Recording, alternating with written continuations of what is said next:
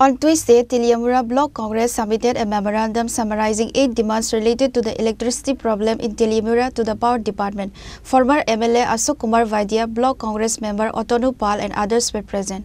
Teliamura has been facing electricity problems for a long time. In particular, a section of the public is complaining that due to the failure of the current DGM, the entire Teliamura subdivision, including Teliamura city, is facing extreme power outages. Meanwhile, the Teliamura Block Congress submitted a memorandum summarizing 8 demands related to the electricity problem in Teliamura Power Department.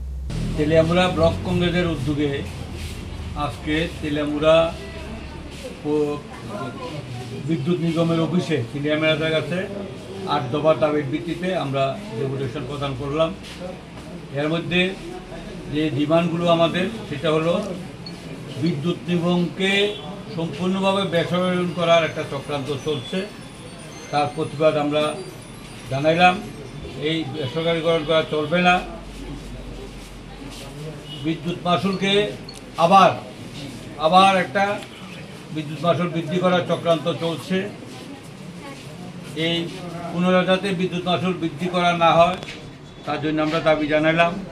ঘন ঘন load shedding এবং voltage যাতে up down না করে সেটাও আমাদের দাবির ভিতরে আছে, এবং বিল কাউন্টার যাতে আরও কয়েকটা বিল কাউন্টার খোলা হয় এই দাবিটা আমরা রেখেছি।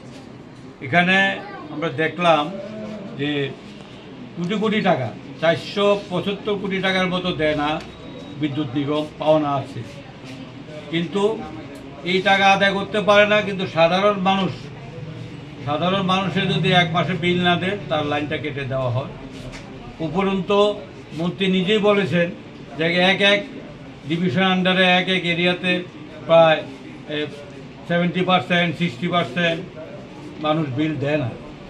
তার জন্য আমরা বৈধ ভোক্তারা কেন আমরা তার মাশুল আমরা গণব? আবার কেন বিদ্যুতের মাশুল বৃদ্ধি করতে হবে? ত্রিপুরা, মহারাষ্ট্রে, অল ওভার ইন্ডিয়ার মধ্যে মহারাষ্ট্রে সবচেয়ে বিদ্যুতের মাশুল বেশি। ত্রিপুরার বিদ্যুতের মাশুলও কিন্তু মহারাষ্ট্রের কাছাকাছি। হ্যাঁ, আবার যদি বিদ্যুৎ মাশুল বৃদ্ধি করে তাহলে আমাদের ত্রিপুরার বিদ্যুৎ ভোক্তারা ক্ষতিগ্রস্তের সম্মুখীন হবেন।